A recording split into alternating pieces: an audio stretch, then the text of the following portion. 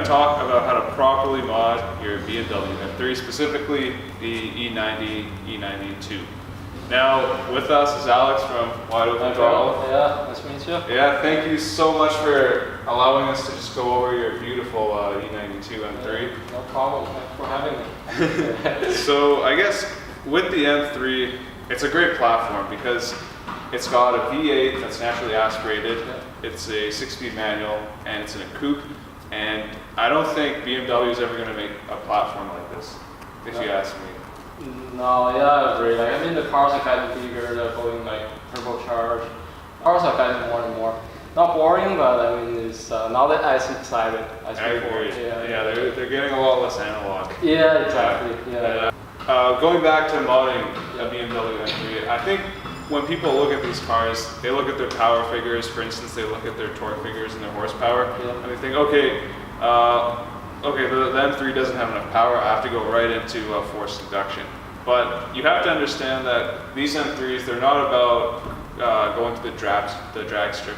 They're more about motorsport. Like, they're really well-balanced cars, and they're really great track cars. So when you look into modifying these, I think the appropriate place to start is to always look at tires, brakes, suspension, and then if you really need power, then you start looking to forced induction. Yeah, exactly. Totally agree. Like, I mean, especially on this platform, it's not really about horsepower. Like, it's more about the balance of the car, just like you said. I mean, the car is really reliable. But this car, I mean, you can just push it the whole session through, like 20 minutes session, and the car will just keep going. I mean, it will wear you off before you wear the car off. Okay, so I think a good place to start off is the brakes. So tell us about your setup that you have. Okay, so this car currently have the StopTech trophy kit, 6-piston calipers in the front, 4-piston in the back, forged calipers. So the good thing about them is like they are forged calipers, so they are really light. And then the rotors are pretty big. As you can see, it's like fill the 18-inch wheels pretty much full. Yeah, so it's 380mm rotors in the front. And the good thing about the BBK is about the heat management. So like once you put them on, you'll like spread the heat faster compared to your like stock setup. So what made you not use StopTech brake pads? StopTech, I mean, they are good pads. Like, I mean, they are like good like street / track pads. But like on this car, as you can see, we kind of like trying to go in like full out, like the track spec. So we just got the most powerful, like the most powerful brake pads as we can to pull like a little bit better track time. Okay. Yeah. And tire-wise, you have some Trofeo Rs. Do you like those? Yeah. I mean, they're great tires. Like these are my first set Trofeo Rs. I've tried them on the track once, and I really like them. The grip is amazing. Like, never lose the back end, but the car needs some setup because I used to run square setup. Oh, okay. Yeah, so now it's kind of understeer like a little bit, like compared to my old driving style.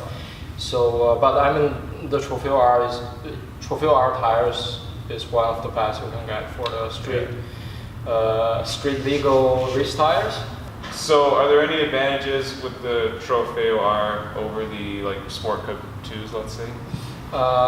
Yeah, I think they're a little bit softer compound and a little bit more grippier, but you will have to be really pushing the car and really know what you are doing to feel the difference. I used to run the Nitto NT01s, and I just love that tire. Like, I've gone through like 3 sets of the NT01s, and it worked really well on this car. Actually, I had a 275 square setup. Like the turning is really sharp, and it's just, I mean, great tire, and also for a really good price. Yeah. Okay. Yeah.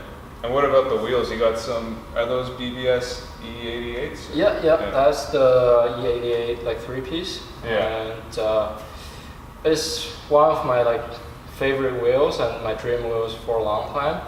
So when I decided to make this car like a fully track car, like I don't drive it on the street anymore, I just say like I'll just get a set. I mean, even just but looking at it, this is just, I mean, it's like a candy. Like, I agree. Yeah. Okay, so I know you also have a tune as well. Yeah. So the car, engine-wise is pretty much stock. Only have a drop-in filter, not even like a cold air intake or stuff like that. But I do have a full catback exhaust system, the Aquapovic Evo.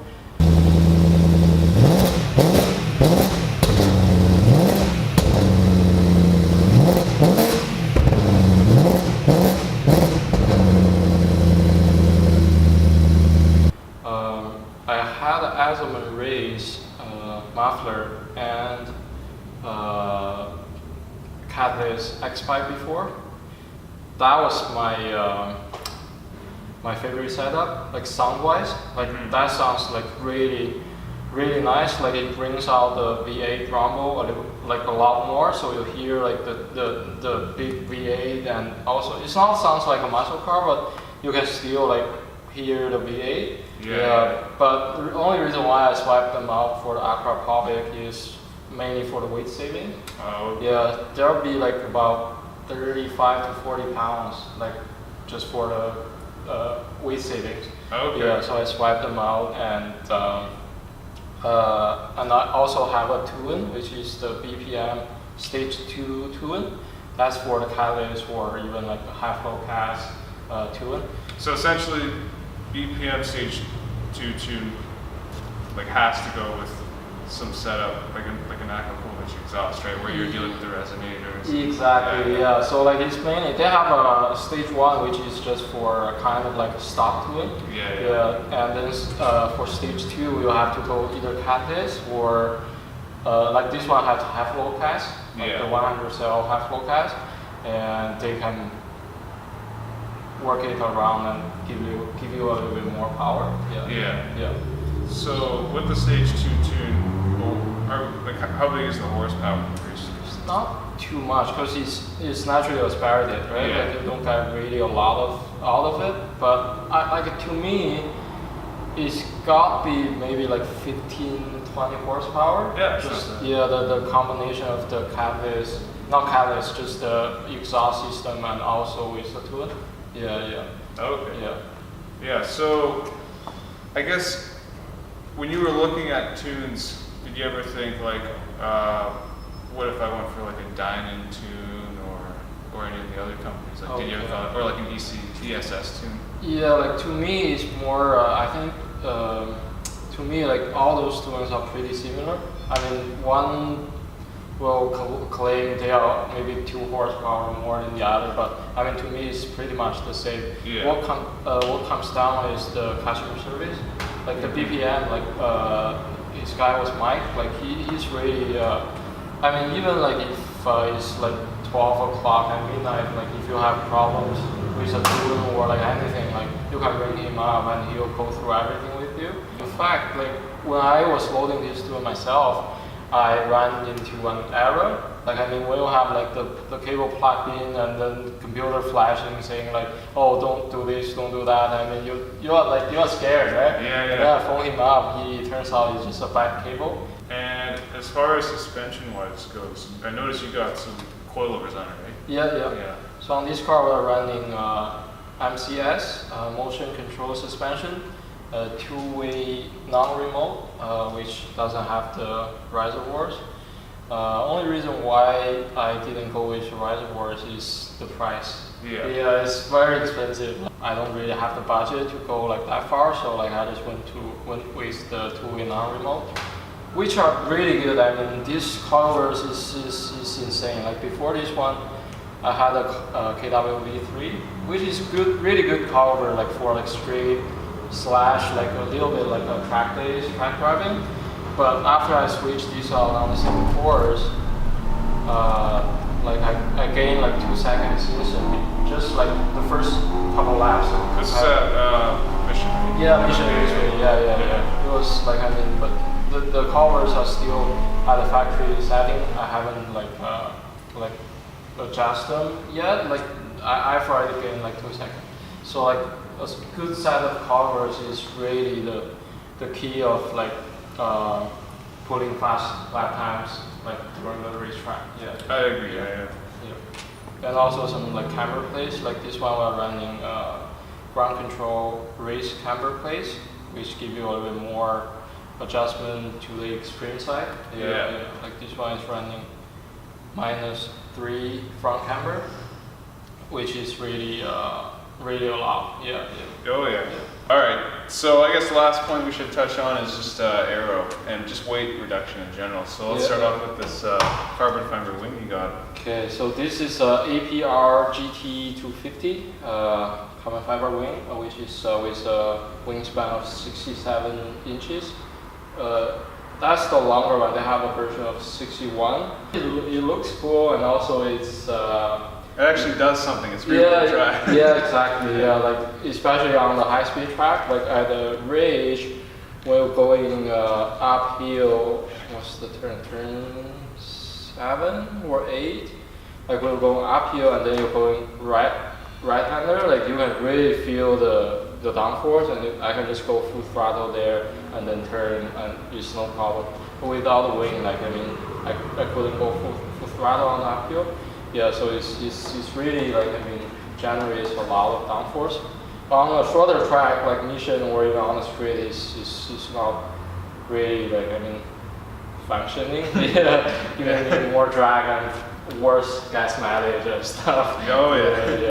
Okay, and then as far as the front goes, like what have you done there? So the front, I have a GT4 GT4 splitter. It's like to match the huge wing in the back, and also I add some dive planes like for a little bit more downforce, and yeah, so like that's about it. Like for that. Oh, I also have a diffuser in the bottom. Oh, okay. Yeah, to like channel air a little bit better, like under the car. But I mean, it's like to me, it's like more for looks. Yeah. It just looks better. Yeah. And also, last but not least, the interior. Yeah. So I noticed what you've done is well, first of all, you've added a race cage, right? Yeah. So we have a well-done half cage. It's more like I mean safety, and also adding a little bit more rigidity to the chassis. So the car has been tied together. At least the second half of it has been tied together by the cage. Yeah, and well, you need it to go on a track, right? Yeah, exactly. Yeah. And sometimes how my sons like clothes on the roll bar. Yeah. To try it. To try it. Yeah. And also the race seats, those bucket seats, very snug. Yeah. Those are Recaro SPG, not the XL, the regular size. I mean, they're really snug. It really made a huge difference. And also the weight savings. Yeah, each seat saves me maybe around 35-40 pounds. Wow. Yeah, compared to the stock seats. Yeah. Okay. Yeah. And I guess last but not least, you have a short shifter in there, right? Yeah. Short shifter with a very tall gear. Yeah. So it's this is the CAE Ultra shifter from Germany.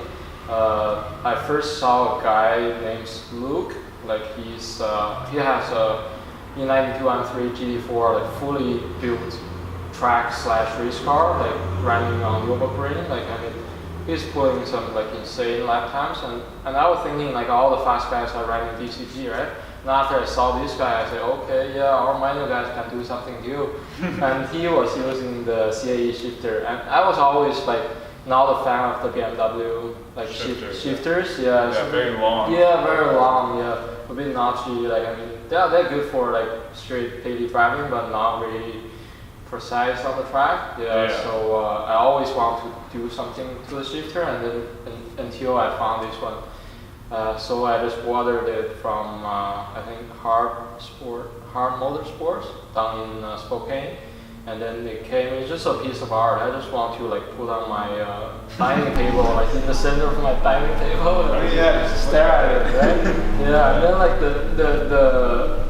the feeling like it provides is like I mean, it almost feel like a Gailey shifter or like a Honda like S2000, like those those kind of like on the like shifter gear is really one of my favorite mods. Yeah. And then like again, like it's long, and then the shift knob is just besides the steering wheel. So when you are driving really aggressively on track, you don't need to move your hands a lot. You just right there, like the shift knob, you're just going through gears and stuff. Yeah, it's really good. Yeah. Perfect. Yeah. Okay. All right, Alex. Well, thank Okay, you yeah, one more thanks, time Phil. for Yeah. allowing us to film No your problem. gorgeous Yeah. M3. And who knows? Maybe one day we'll review it. Yeah, sure. Yeah, let's figure out the time and then figure something out. Yeah. Awesome. Yeah. All right, guys. Well, see you next one. Yeah, Thank you very much. Peace. Yeah.